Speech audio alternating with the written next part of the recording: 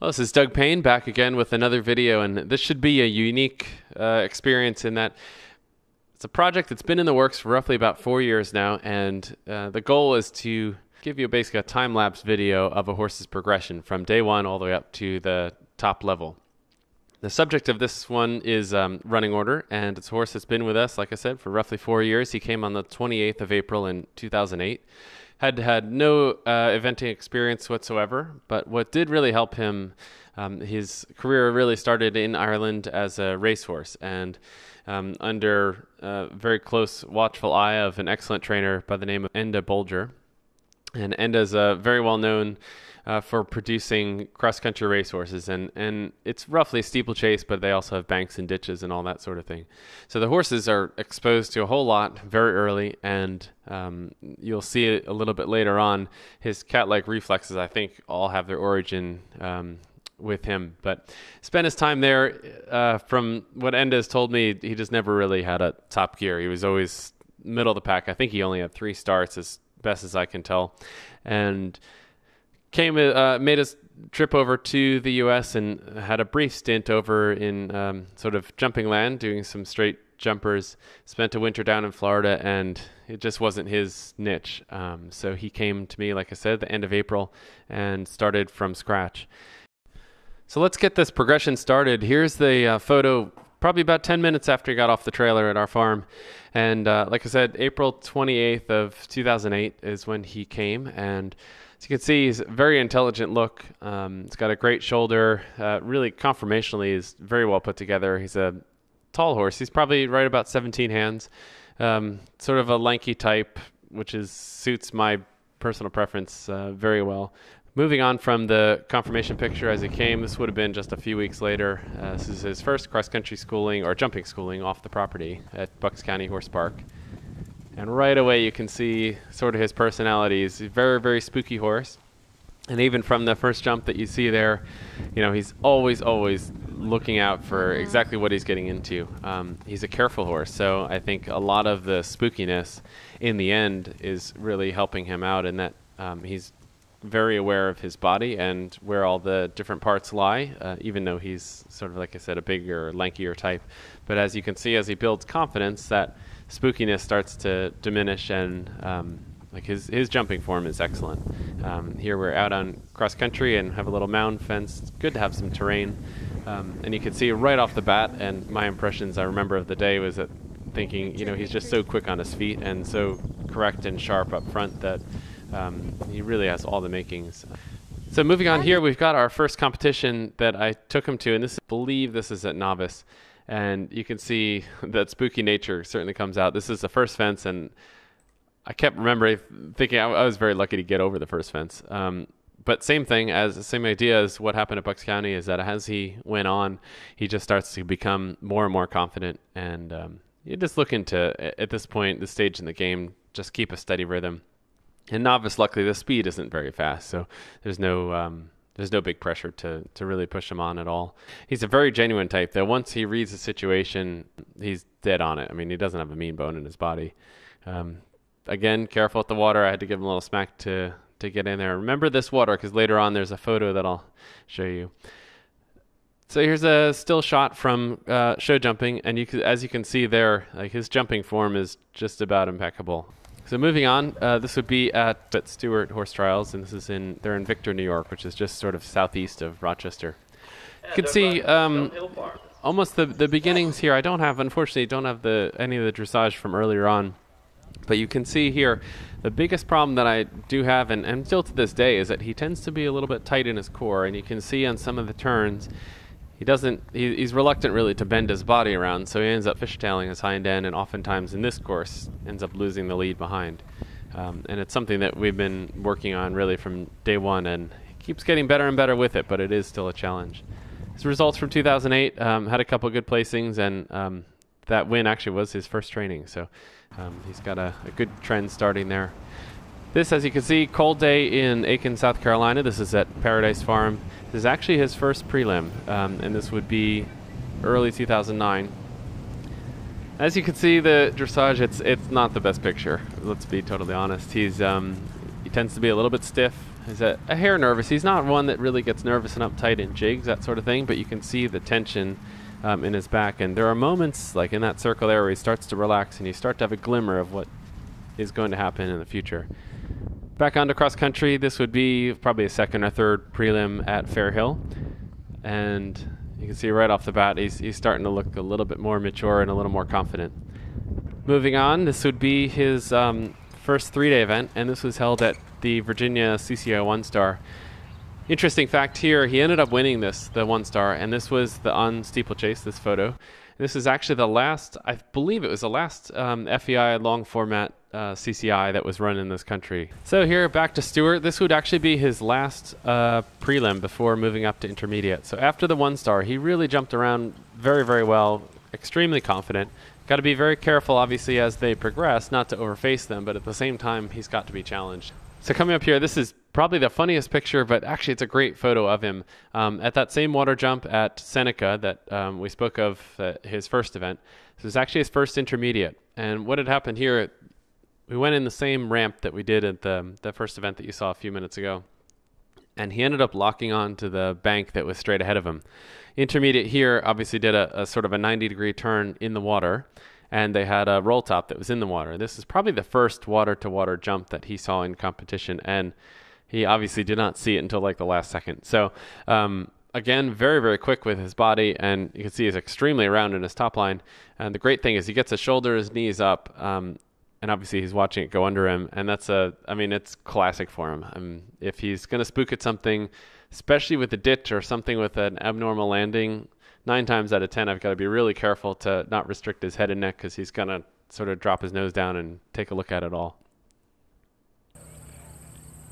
Coming here, I have not a whole ton of cross-country footage. So this is at Plantation at the CIC 2-star, but it was a great opportunity to see his gallop out, and he's got an exceptional gallop, and you can see it just covers the ground very, very easily. Not difficult at all to make time on him. And the other great thing, knock on wood, soundness-wise, is he's been very, very easy on himself.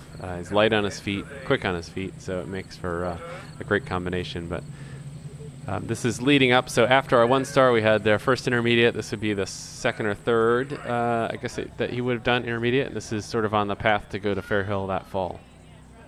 You can see here it gets pretty tight up into that triple, but jumps around it very well. The hardest thing with him, and still to this day, is trying to lengthen and compress his body.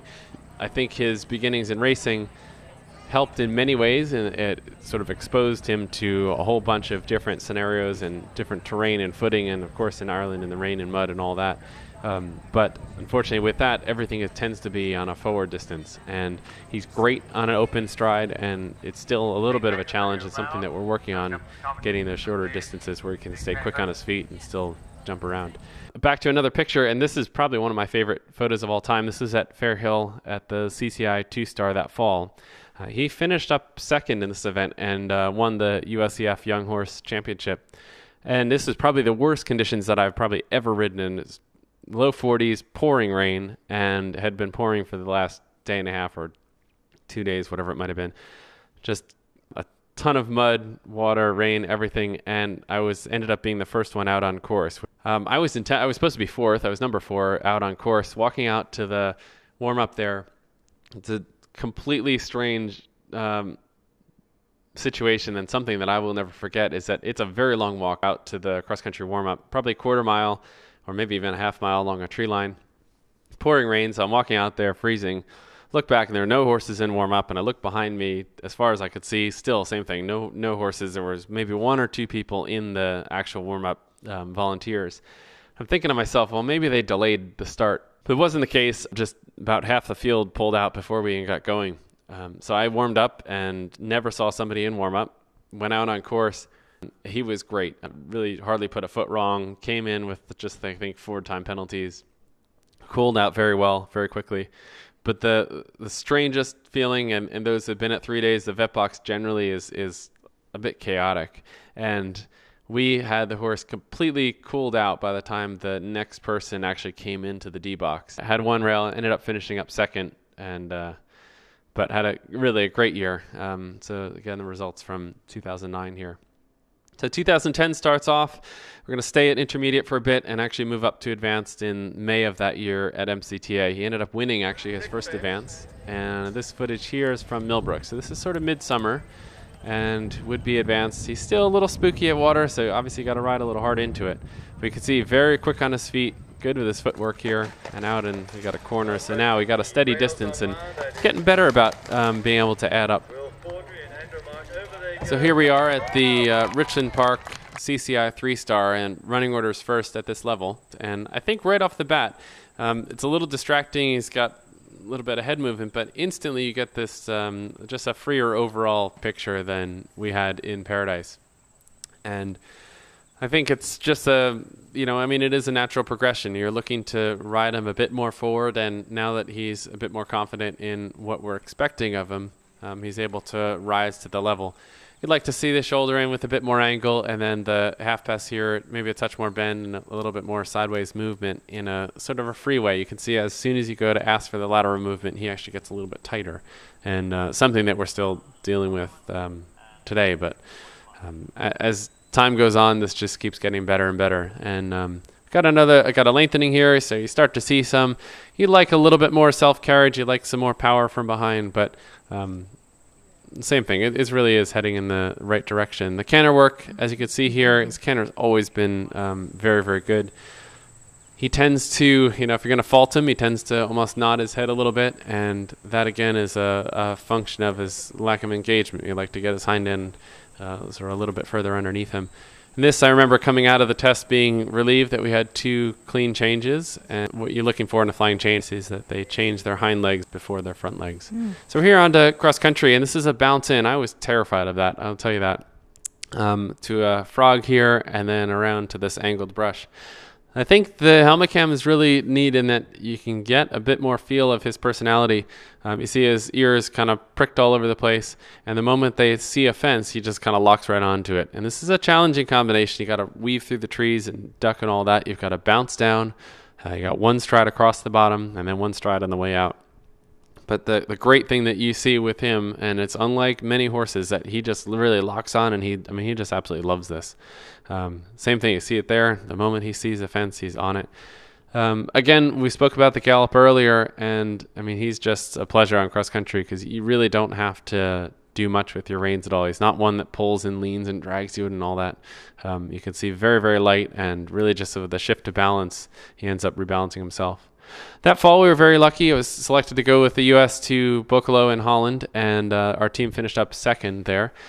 Unique thing there, it's I think roughly 40 landowners make up the entire cross-country course, and nearly everyone being in Holland is separated by a ditch. So where ditches were in the past, not that he would ever stop at them, but he would sort of suck back and look at it. And I know that was a direct function of his upbringing in Ireland, because all the ditches there, they've got something on the backside always to look for. There's very rarely just an open ditch that you can just gallop at.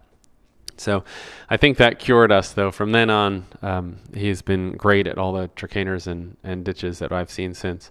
2010 highlights, like you said, he was fifth for the Adequan Gold Cup Series. He was second at the Grolsch Nations Cup in Boekelo, and had a lot of other good results there.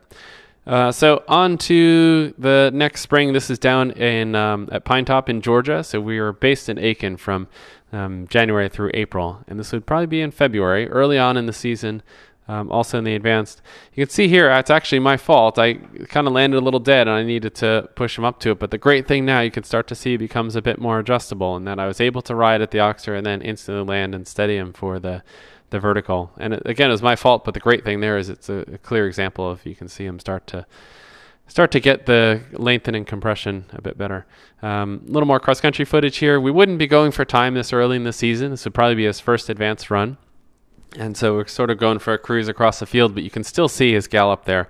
He's just got a great rhythmic, light gallop that makes cross-country, in that way, a very easy thing. And he's just a great jumper, as you can see.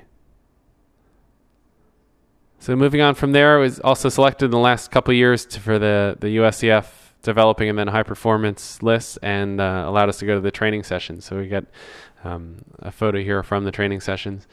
Next up here is at the Jersey Fresh CCI 3-star, and he finished up third. And this is in the water jump, as you can see. And you can see he's just completely loves this. And moving on from there, now we're at the American Eventing Championships. So another dressage, and right away I think you can see even more engagement, and you just actually start to see some cadence in his trot. It's a great thing to see, and something that we're still striving to perfect. And despite what it appears, that ring is actually not on a hill. We're just kind of cocked sideways here. Again, a right right shoulder into the half pass. A little bit of wavering, but showing a lot more confidence and still more free in the half pass, as you can see, than he was at Richland. So we're still heading in the right direction. And like I said, his canter's been excellent really from day one, which it's just a huge asset because obviously the canter is so important. Walking canter are, because you can always improve the trot. Walking canter are very, very difficult to improve, and especially an event horse that's got a jump. I mean, the canter is absolutely important. And change is getting better and better, as you can see there, and certainly more consistent. And now moving on to cross country. This is at the water jump. You got a skinny, and then you got two jumps that are in the water. We got a roll top, and then to a corner. The corner is about 3 strides, a little bit long for him, but really locks on, and he's in great shape. This drop that you can see here, it's a massive drop, and your goal is to come up to it as basically as slow as you can in a very, very collected canter, or even if he drops to a trot, that wouldn't be at the end of the world. The nice thing is that on the downside, he lands in such good balance that it makes there'll be 2 skinnies, as you'll see in a moment, afterwards. And being that he lands in a good balance, it just makes that job a whole lot easier. So here we have a photo from Fairhill in the CCI 3-star, and he finished up 6th here, again in show jumping, and you see the 2011 highlights. So he's 3rd for Horse of the Year, and again 3rd in the AACs. So this is a spring of 2012, and you can see already, I think it's a great picture of his profile. Already starting to, I mean, he fills out a ton. You see his entire top line is in much, much better condition. And this is at the 4-course trials in the advanced leading up to Kentucky in the CCI 4-star. This is from the Fork, the show jumping round. And as you can see, just as a rounder look to him, just overall, it's a rounder look to him. And you can see his jumping form, well, his form's always been good. He starts to show more and more sort of airtime and just very, very light on his feet, and even in between every fence. We did have one rail later on in the course, and I'm not sure if he just didn't see it right or, what exactly happened to cause it. But I think this round is a great example of where he's become. And this is a perfect setup for Rolex. And these couple photos coming up, this is from cross country on Rolex. And again, I mean, it's just a pleasure, but very, very special horse. And I mean, I think it's infectious how much he loves what he's doing. Ears are always pricked up, and I mean, he's always looking to the next fence. So the spring 2012 results, he finished up in 18th out of 69 starters at Rolex. So I was very, very excited about that. Figure we should finish up this video just about where we started off. So we'll have the confirmation shot, our initial, and as you can see, it's just kind of a weedy look to him and sort of blend right into the current day and filled out a whole lot. So hope you enjoyed the video. If you have any questions whatsoever, shoot an email at doug@dpequestrian.com, and of course the website dpequestrian.com. And a special thanks to the photographers who have allowed me to use their photos on Facebook and website, and of course in this video.